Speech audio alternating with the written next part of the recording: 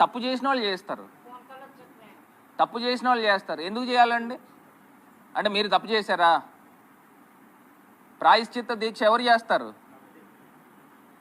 మరి ఆ క్లారిటీ ఉండాలి.